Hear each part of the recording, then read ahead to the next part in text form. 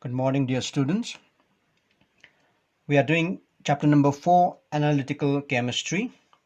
And until now, we have learned about action of stronger alkali sodium hydroxide solution on certain metallic salt solutions.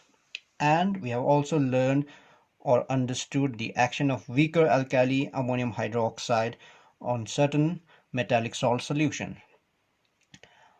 We learned the analysis of given samples metal salt solution by knowing the color of the precipitate formed and their solubility in excess amount of alkali, and we also learned how to differentiate between stronger alkali sodium hydroxide and weaker alkali ammonium hydroxide.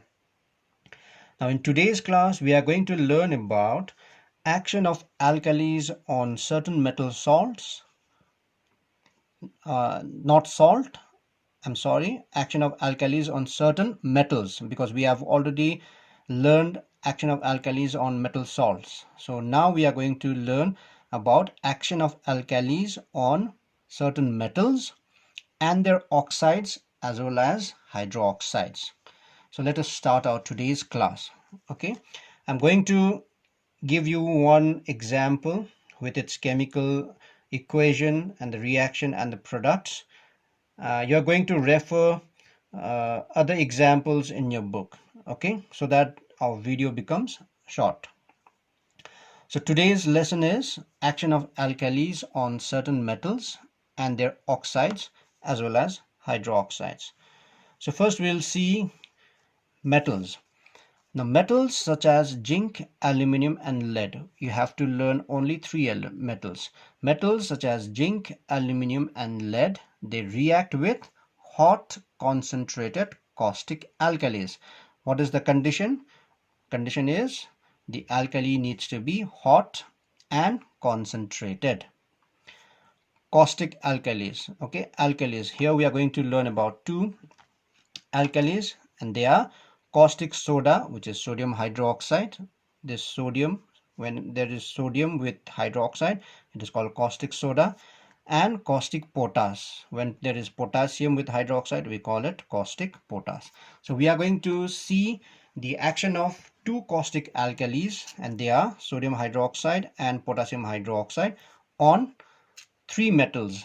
They are zinc, aluminum and lead. Okay, and when zinc, aluminum or lead reacts with these alkalis, they form soluble salt, their corresponding soluble salts, and they also liberate hydrogen gas. So you have to know the two products. What are the two products? They will form soluble corresponding. If you are taking zinc, it will be zinc salt. If you are taking aluminum, it will be aluminum salt. If you are taking lead, it will be lead salt. Okay, but one product is confirmed, that is hydrogen. So this is one reaction.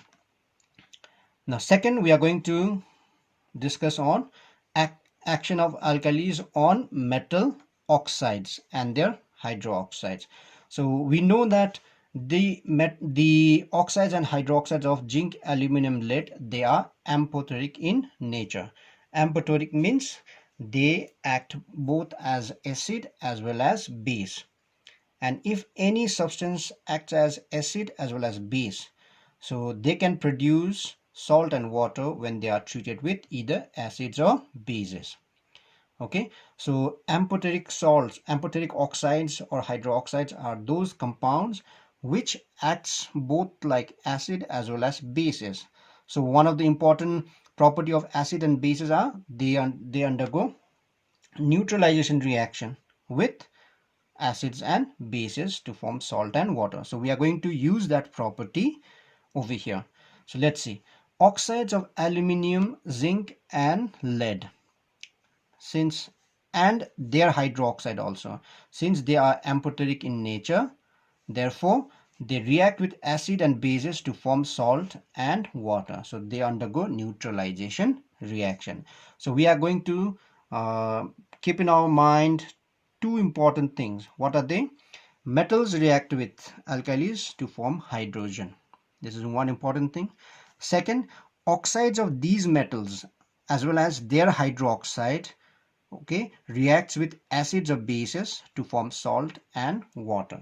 And in this chapter we are not going to go in detail about acids because we are learning about action of alkalis. So we are going to focus on bases.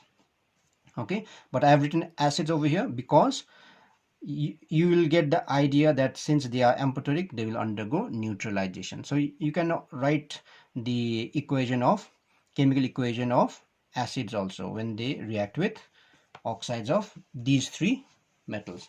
So let us explain these two points with the help of chemical reaction. So I'm going to take example of zinc metal, okay, and I'll also do the reaction of zinc oxides and zinc hydroxides. So let's see first action of alkali. I've taken one alkali, that is caustic soda.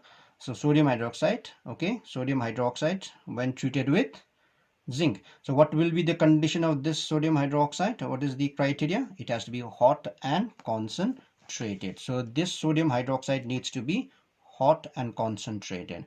So when zinc reacts with hot and concentrated sodium hydroxide, it will form soluble salt and hydrogen gas. So first write hydrogen gas over here, product. It forms hydrogen gas, and whatever is left, that you write as salt.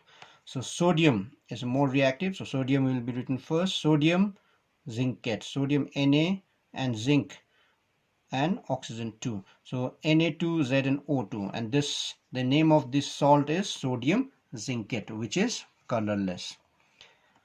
Okay boys, so if you treat this zinc with caustic potash, so instead of Na you have to write K, and you will get similar product, but here instead of Na you have to write K2.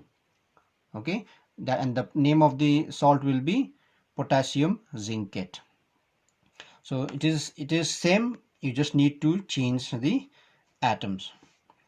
Now this is the reaction of alkali caustic soda with metal zinc, this first reaction. Now let's see the reaction of zinc oxides and zinc hydroxide with caustic soda. So let's see zinc oxide. Now zinc oxide is amphoteric, that means it can act as acid as well as base. So here, since we are treating this zinc oxide with base sodium hydroxide, now this can act as acid. So here zinc oxide acts as acid, so this acts as acid. Okay, so this is acid and this is base. So the reaction of acids with bases is known as neutralization reaction. And what are the products of neutralization reaction? Salt and water. So this two reacts to form salt, sodium zincate, same salt which is soluble and colorless, plus instead of hydrogen now it will produce water, because this is a neutralization reaction. Is that clear boys? Now if you react this zinc oxide with caustic soda, that is KOH, here you will get potassium zincate and water. Okay, now let's go to the reaction of hydroxides. Zinc hydroxide. Now this zinc hydroxide when treated with sodium hydroxide. So this sodium hydroxide is a base, and therefore this zinc hydroxide will react or act as acid. So over here also, now these two react with acid, and bases react with each other to form salt and water. And here you'll get similar salt, which is sodium zincate, which is colorless and soluble, plus water. The only difference is here the number of molecules of water is more than in this reaction. Why? Because here we have hydroxide ion. Okay, so this hydroxide ion and this hydroxide ion, they combine together to give 2 moles of water. So this is very simple. You don't need to mug up that much. You just need to have the right concept. And what is that right concept? Metal reacts with alkali to form salt and hydrogen. Metal oxide react with alkali to form salt and water. Metal hydroxide reacts with alkali to form salt and water. Am I clear, boys? So in the same way, if you do the reaction of aluminium with caustic soda or caustic potash, similar reaction of products you will get. The only difference will be here, instead of zinc you will get aluminium. Only the number of atoms will be different in the particular salt, whereas these products will be same. I hope I have made you clear about action of alkalis on certain metals and their oxides. Okay, boys, for more detail I suggest you to go through your textbook and try to understand each and every reactions. Write down the chemical reactions, practice writing chemical reactions. Okay, see the conditions and try to find out key points in every page. Okay, boys, and in every reaction.